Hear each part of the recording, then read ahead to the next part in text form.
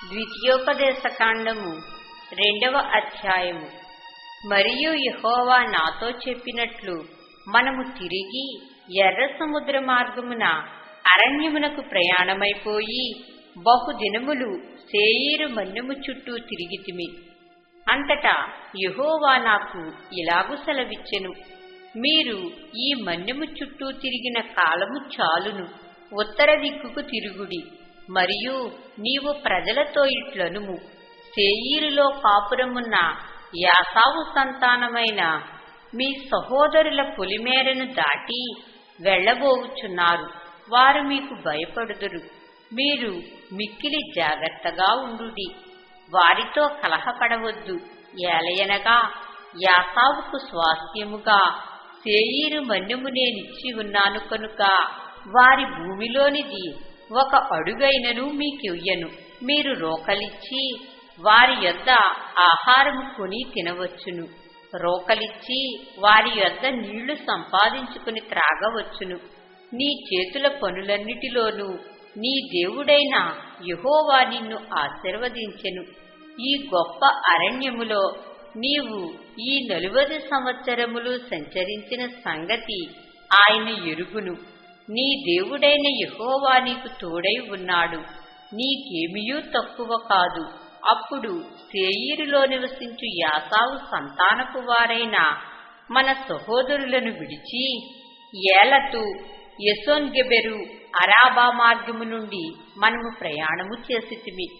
మనము తిరిగి మోయాబు అరణ్య మార్గమున ప్రయాణము చేయుచుండగా యెహోవా నాతో ఇట్లనెను, మోయాబీయులను బాధింపవద్దు, వారితో యుద్ధము చేయవద్దు.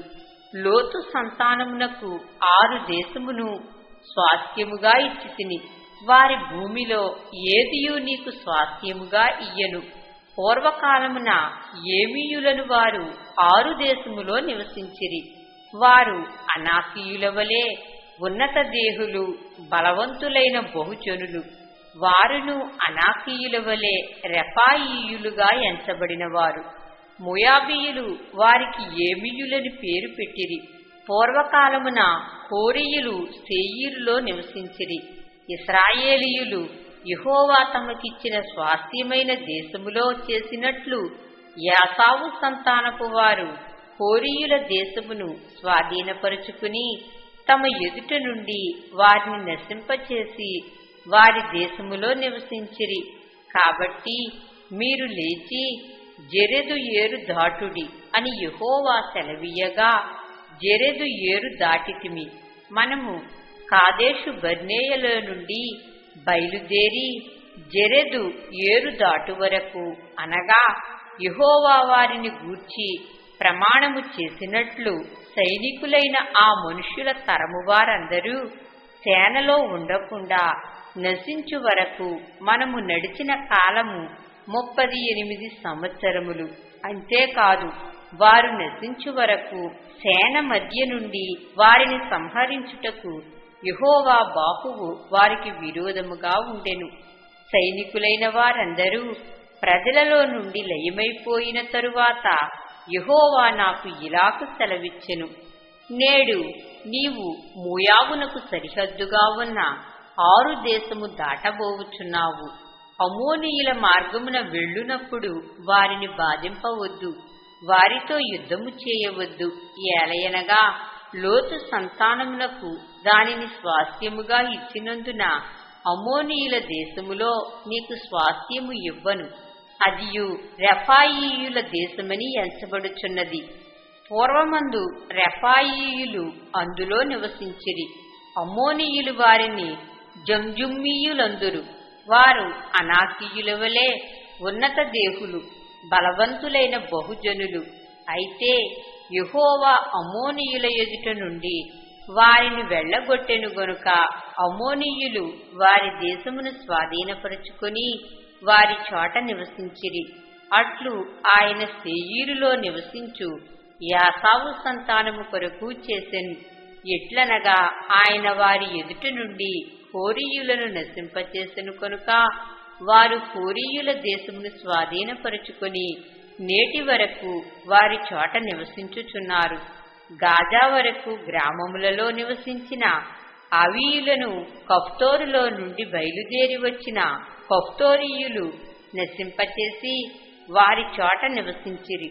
మీరు లేచి సాగి అర్నోను ఏరు దాటుడి. ఇదిగో, అమోరీయుడైన హెష్బోను రాజగు సీహోనును అతని దేశమును నీ చేతికి అప్పగించితిని. దాని స్వాధీనపరుచుకొన మొదలుపెట్టి అతనితో యుద్ధము చేయుడి. నేడు నేను నీ వలని భయము, నీ వలని వెరపు ఆకాశము క్రిందనున్న సమస్త దేశముల వారికి నీ పుట్టింప మొదలుపెట్టుచున్నాను. వారు నిన్ను గూర్చిన సమాచారము విని నీ ఎదుట వణికి మనోవేదన పొందుదురు. అప్పుడు నేను కెదేమోతు అరణ్యములో నుండి హెష్బోను రాజైన సీహోను నొద్దకు దూతలను పంపి నన్ను నీ దేశము గుండా దాటిపోనిమ్ము. కుడి ఎడమలకు తిరుగక త్రోవనే నడిచిపోవుదును. నా యొద్ద రోకలు తీసుకుని తినుటకు భోజన పదార్థములు నాకిమ్ము. నా యొద్ద రోకలు తీసుకుని త్రాగుటకు నీళ్లిమ్ము.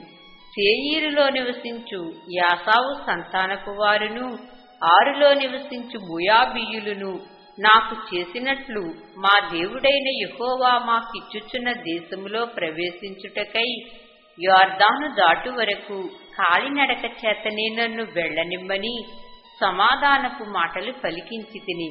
అయితే హెష్బోను రాజైన సీహోను మనలను తన దేశ మార్గమున వెళ్ళనిచ్చుటకు సమ్మతింపలేదు. నేడు జరిగినట్లు నీ చేతికి అతన్ని అప్పగించుటకు నీ దేవుడైన యెహోవా అతని మనస్సును కఠినపరచి అతని హృదయమునకు తెంపు కలుగచేసెను. అప్పుడు యెహోవా, చూడుము, సీహోనును అతని దేశమును నీకు అప్పగింప మొదలుపెట్టియున్నాను. అతని దేశము నీదగునట్లు నీవు దాన్ని స్వాధీనపరుచుకొన మొదలుపెట్టుమని నాతో చెప్పెను. సీహోనును అతని సమస్త జనమును యాహసులో యుద్ధము చేయుటకై మనము ఎదురుగా బయలుదేరి రాగా మన దేవుడైన యెహోవా అతనిని మనకు అప్పగించెను కనుక మనము అతనిని, అతని కుమారులను, అతని సమస్త జనమును హతము చేసి ఆ కాలమున అతని సమస్త పురములను పట్టుకొని ప్రతి పురమును అందలి స్త్రీ పురుషులను పిల్లలను శేషమేమియూ లేకుండా నాశనము చేసితిమి. పశువులను మనము పట్టుకొనిన పురముల సొమ్మును దోపిడిగా దోచుకుంటిమి. అర్నోను ఏటిలోయ దరినున్న అరోయేరును ఆ ఏటి వద్దనున్న పురము మొదలుకొని గిలాదు వరకు మనకు అసాధ్యమైన నగరం ఒకటియూ లేకపోయెను. మన దేవుడైన యెహోవా అన్నిటినీ మనకు అప్పగించెను.